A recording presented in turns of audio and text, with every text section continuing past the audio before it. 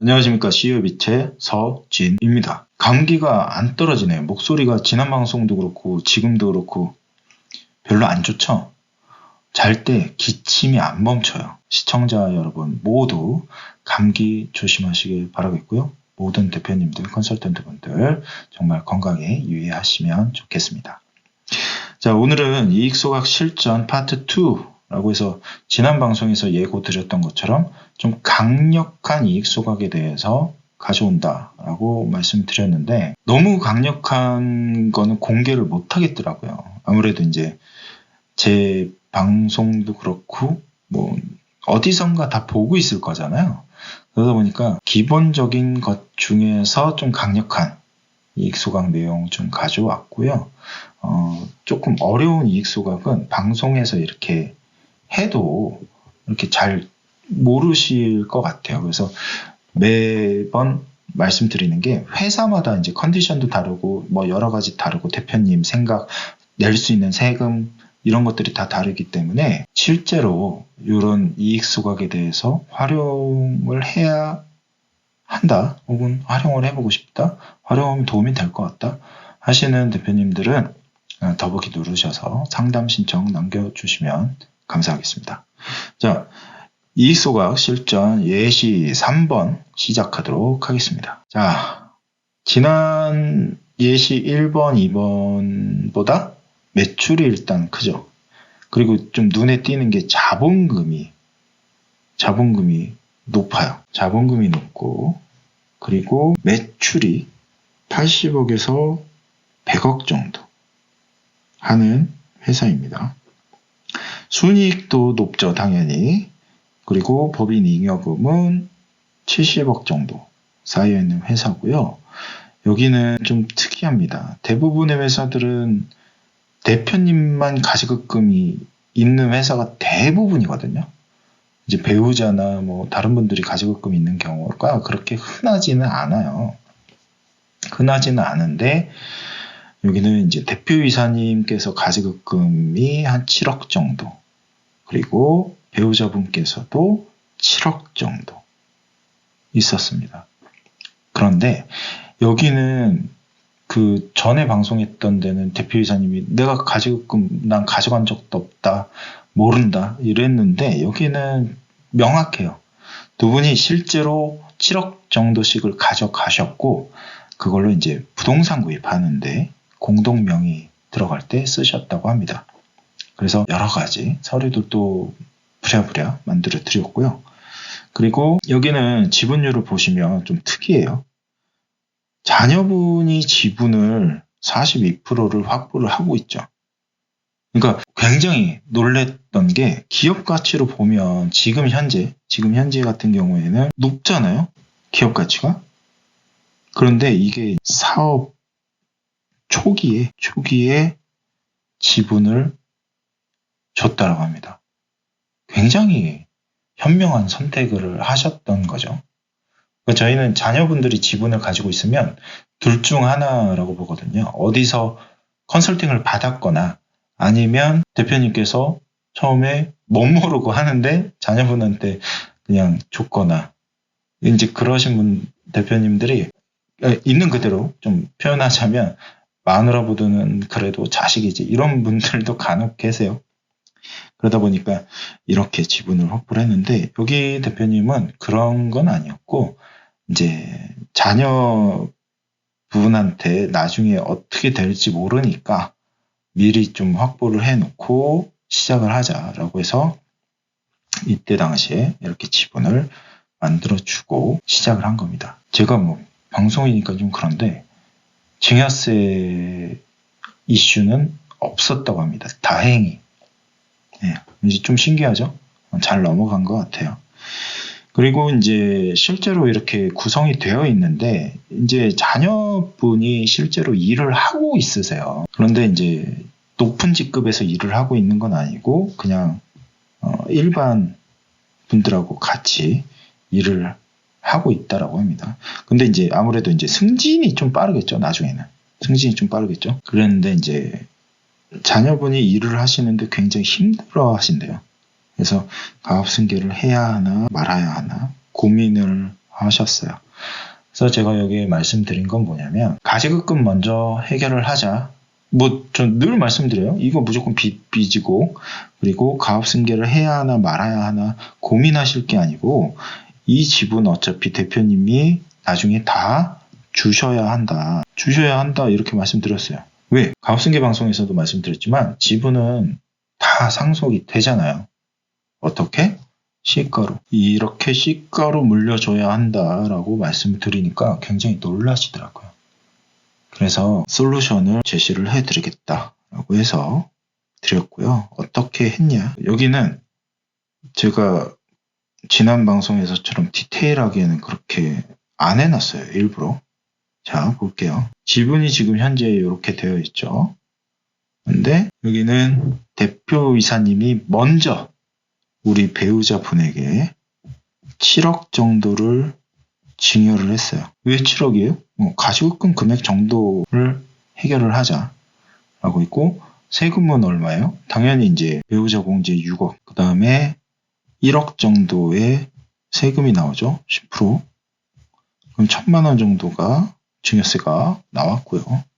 그 다음에 이렇게 됩니다. 사모님이 받은 배우자분께서 받은 이 주식을 소각을 합니다. 소각을 하게 되면 당연히 배우자분은 받은 16,000주의 주식을 없애니까 2만 주만 남게 되죠.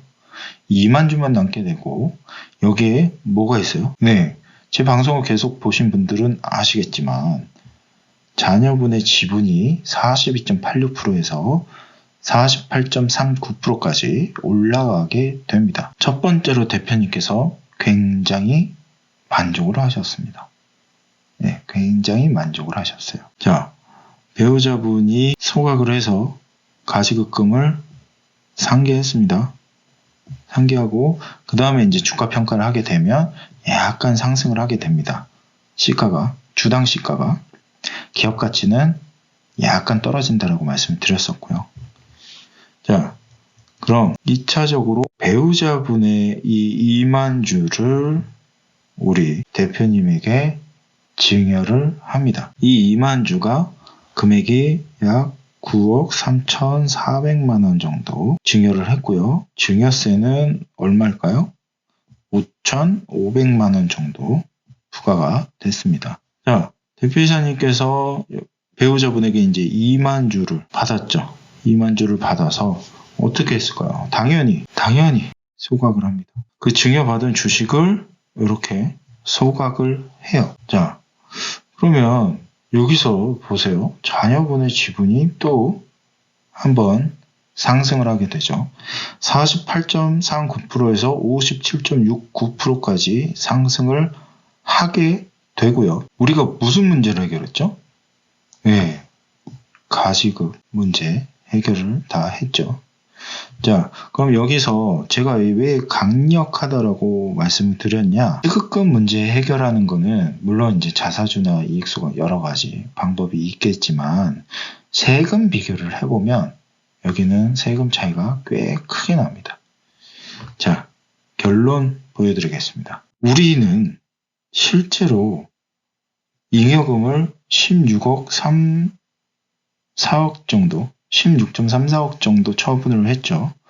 그리고 대표님의 가지급금 7억, 배우자분의 가지급금 7억 해결을 했고요. 네, 이 과정에서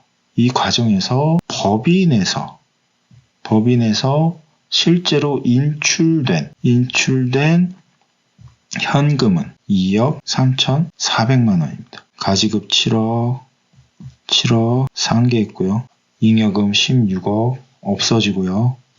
실제로 법인에서 현금이 나간 건 2억 3,400만 원밖에 안 된다. 결론적으로는 대외 유출 없이 모든 문제를 해결했다라고 보시면 됩니다. 이게 16억 정도로 일반 배당했을 때는 6억 8,800만 원 정도 세금이 나와요.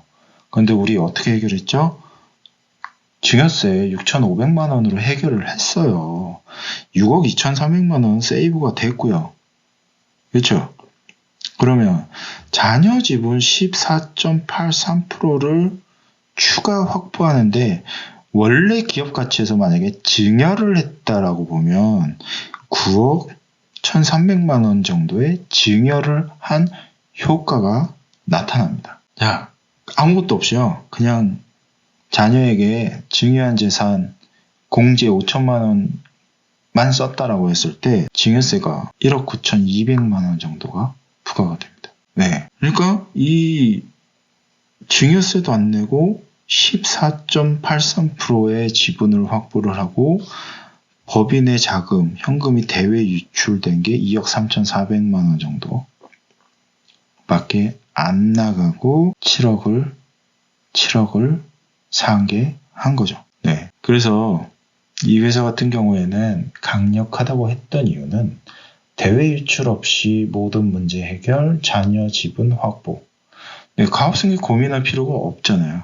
자, 나중에 어떻게 하면 될까요? 이 회사는. 나중에 대표님 44,000주 이 주식만 처리를 하면 가업승계는 사실상 끝난 거죠. 그렇기 때문에 이런 부분들을 잘 체크해서 해야 합니다. 이익 소각도 하게 되면 만약에 아무것도 없는 상태에서 잉여금을 인출하고 싶다. 진짜로 실제 상황에서는요. 모든 대표님들이 잉여금을 인출하고 싶어 하십니다. 그리고 저와 같은 방송을 하시는 분들의 방송을 모니터링을 해보면 잉여금에 대해서가 조회수가 가장 많아요. 그리고 두 번째는 자녀에게 돈 주는 거. 근데 잉여금을 인출하고 싶지만 딱 이제 좋아요. 뭐 6억, 네, 세금 없이, 뭐 10억, 5천만 원, 뭐 8천만 원 이런 식으로 도와드리겠습니다. 하면 뭐합니까? 현금이 없는데. 현금이 없어서 솔루션을 하고 싶어도 할 수가 없는 회사들이 수두룩합니다. 그래서 가지금을 변제하는 데 있어서는 이익 소각만큼 좋은 건 없다라고 저는 생각을 합니다. 물론 요즘에 많이 하고 있는 사내근로복지기금이 있다면 이익 소각까지는 처음에 안 가도 더 좋은 솔루션이 많기 때문에 다른 솔루션을 드리지만 일반적으로는 이렇게 이익 소각에 대해서 솔루션을 드리고 있습니다. 지난 방송에서 제가 말씀드렸죠. 이익 소각할 때 체크해야 할 것들, 실전 내용. 네.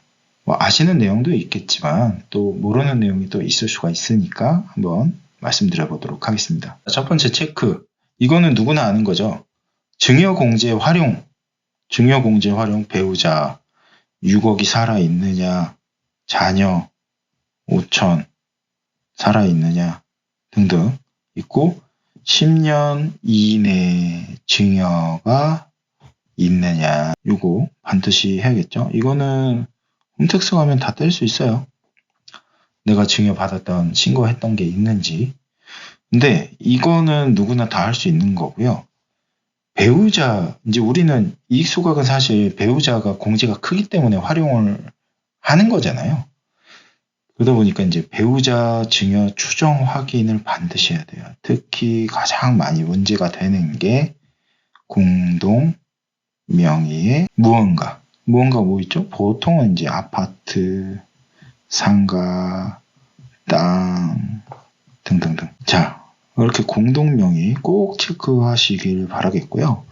그리고 이거는 진짜 제가 많이 겪은 문제인데요. 배우자하고의 관계가 어떤지. 그래서 저는 제가 교육할 때도 그러지만 대표님들께도 실제로 이렇게 말씀드려요. 대표님, 배우자분 사랑하시죠? 이렇게 물어봐요. 네. 그걸로 좀 관계를 파악을 하는 편이에요. 배우자하고의 관계가 안 좋은데 이런 이익 소각을 하고 뭐 주식을 받았는데 이혼을 하고 너무 많아요. 너무 많고 이런 안 좋은 것들이 많다 보니까 이 관계에 있어서는 꼭 한번 물어보시면 좋겠습니다. 그리고 대표님들도 스스로 한번 체크를 해보세요. 내가 우리 배우자를 실제로 사랑하고 있는지, 문제가 될 건 없는지, 네.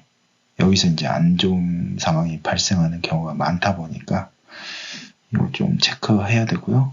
그리고 그런 거 되게 많아요. 이거 4번. 실제 이익소각 솔루션 막 드렸어요. 막 드렸는데, 딱 이제 실행하려고 봤더니, 우리가 같이 살고 있는데, 법적으로 부부가 아니다. 야, 이거는 뭐, 어떻게 해야 될까요? 네, 이 배우자 공제를 활용하는 거는 혼인 관계여야 돼요. 법적으로. 그러니까 이게, 좀 1년에 한 번씩은 이런 일을 겪는 것 같아요. 요 법적으로 부부. 실컷 이제 뭐 설명하고 뭐 배우자랑 사이도 좋고 뭐 사전에 증여한 것도 없고 뭐 이렇긴 하지만 나중에 봤더니 법적으로 부부가 아닌 경우, 이런 경우가 좀 있으니까 반드시 좀 체크해 보시기 바라겠고요. 또 추가적으로 체크해야 될 것들이 좀 있는데 그 부분은 제가 방송에서는 좀 말씀드리기가 어렵습니다. 자, 그래서 오늘 방송도 도움이 많이 되셨길 바라겠고요. 대표님들께서도 이런 부분이 이제 말씀을 듣고 싶으시다 하시면 언제든지 상담 신청 남겨주시면 감사하겠습니다. 지난 방송에 이어서 COEB의 더보기 안내 한 번 더 하도록 하겠습니다. 핸드폰 바꾸면서 번호가 잠깐 죽어 있었어요. 통신사가 문제였었습니다. 그래서 다시 지금 상담 번호 남겨놓은 거 다 살려놨으니까 언제든지 문자나 전화 주시면 좋겠고요. 그리고 상담 신청 폼 따로 준비가 되어 있어요. 그래서 거기에 작성을 해주시면 제가 전화를 드리거나 아니면 그 지역 담당자, COEB 저희 이사님들이 전화를 드릴 겁니다.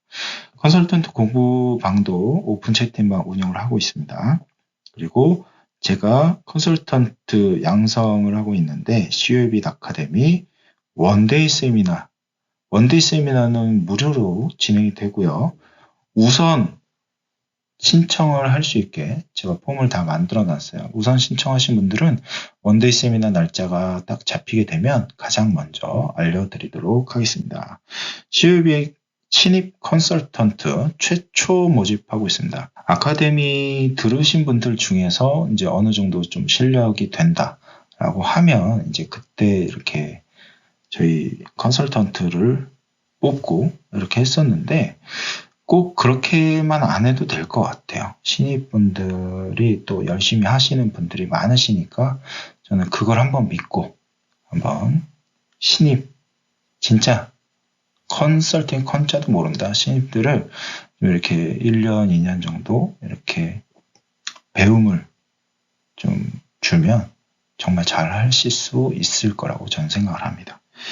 그리고 COEB 경력 컨설턴트는 지금 추가 모집을 하고 있는데 좀 이력이 좀 깐깐해요. 그래서 이제 경력도 이제 좀 오래돼야 되고 그리고 문제 없이 지난 시간도 좀 체크를 해야 되고 그래서 이렇게 모집을 하고 있다라는 거. 그래서 제 방송은 또 대표님들도 많이 보시지만 컨설턴트 분들도 많이 보시니까 많은 관심 부탁드리겠습니다. 오늘 영상이 도움이 되셨나요? 오늘 영상이 도움이 되셨다면 좋아요와 알림, 구독, 댓글, 공유 부탁드리겠습니다. COEB 서진우였습니다.